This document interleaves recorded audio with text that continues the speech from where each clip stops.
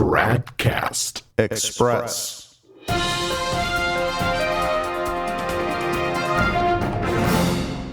TRADCAST Express, it's Wednesday, March 6th, 2024. Did you hear about it?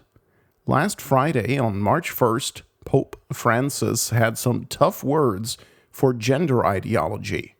He gave an address to participants in the international conference Man-Woman, Image of God, towards an anthropology of vocations. But just before he read a speech, he made some impromptu remarks in the Vatican Synod Hall that made headlines. Quote, "Today the worst danger is gender ideology, which cancels out differences.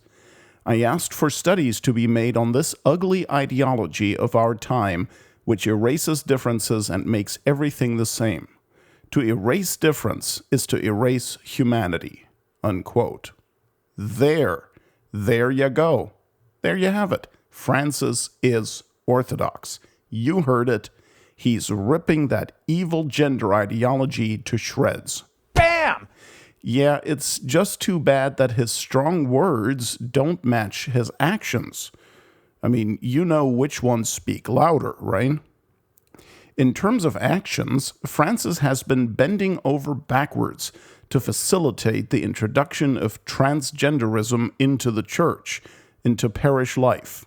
He does this by his oh-so-merciful acceptance of so-called transgender people, basically sodomite cross-dressers, or in more serious cases, people who've had their bodies mutilated and now claim to be the opposite sex than the one God gave them.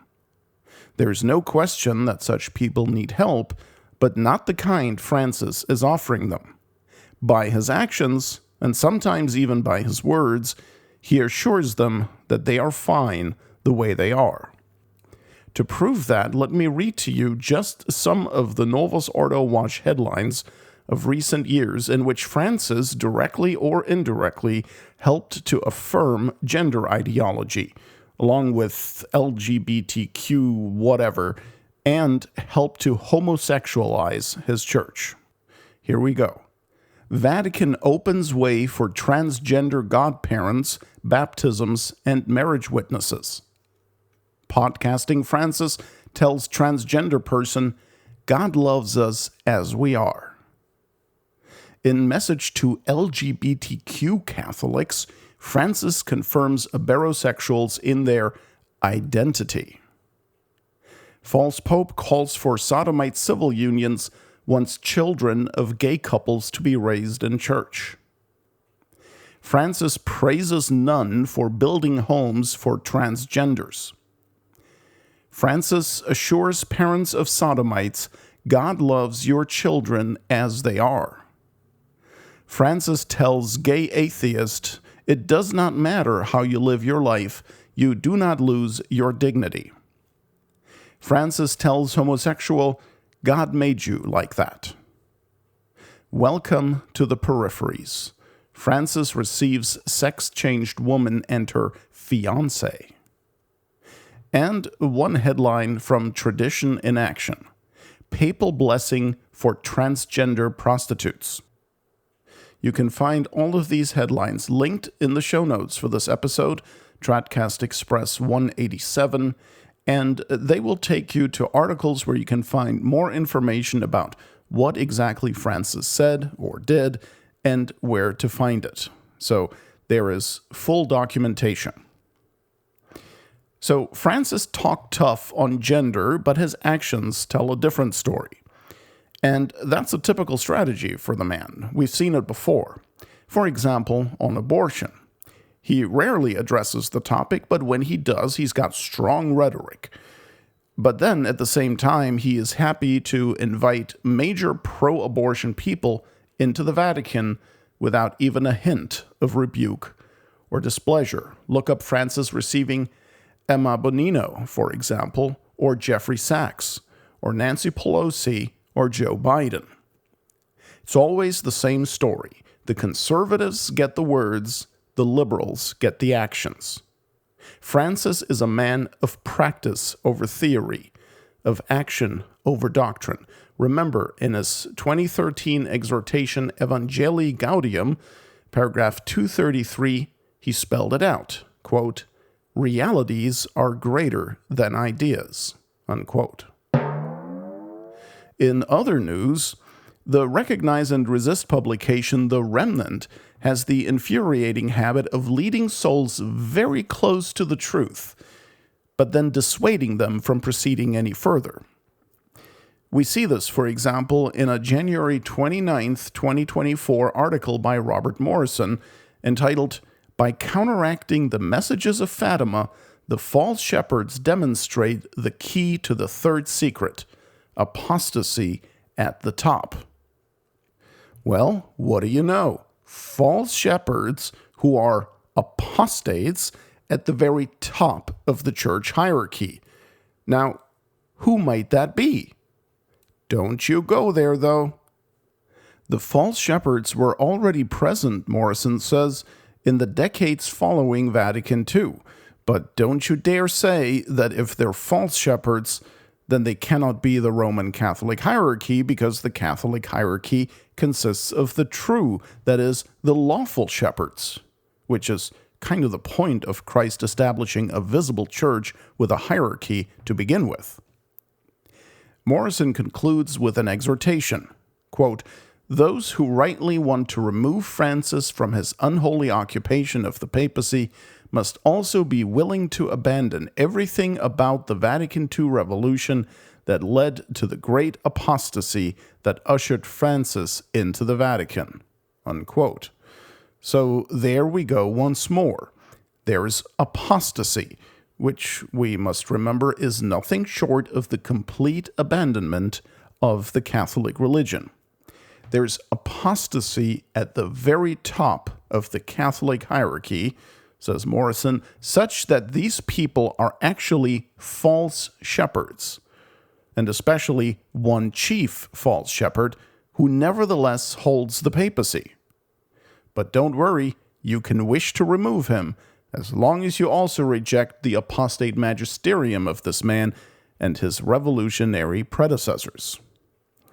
Yes, such is the argumentation of people who consider themselves the last defenders of the faithful Catholic remnant.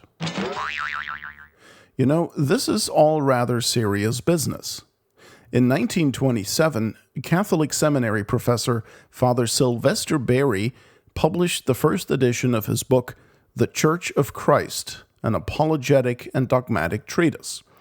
In it, he wrote this, quote, "The prophecies of the Apocalypse," it's the book of Revelation, "the prophecies of the Apocalypse show that Satan will imitate the Church of Christ to deceive mankind.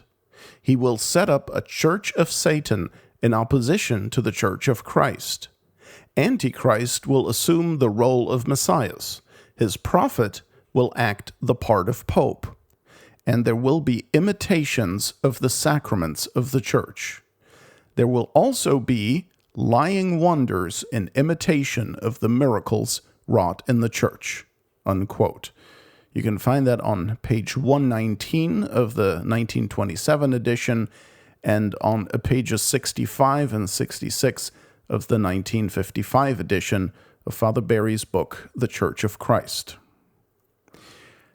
Now, that brings me to a video published on October 4th, 2023 by Recognize and Resist YouTuber Kennedy Hall. It's entitled, "They Are Doing the Work of the Antichrist." Let's take a quick listen. You got to understand, when the Antichrist comes, there will be a parallel church. There will be an institutional body that will masquerade itself as the true church, and this will be used to help and support the Antichrist. I wonder what church that might be. Maybe one that has an apostate magisterium and false shepherds masquerading as true ones at the very top? Or do Recognize and Resist traditionalists really believe that the false parallel church of the Antichrist will ape the Vatican II Church? Just picture the false church of the Antichrist trying to imitate, ecumenism? Interreligious dialogue? The Vatican II magisterium? The annulment factory? The Novus Ordo sacraments? I mean, how would that even look? I guess for the new Mass, it could mean that not only is there no body and blood of Christ, there isn't even real bread and real wine either. I don't know.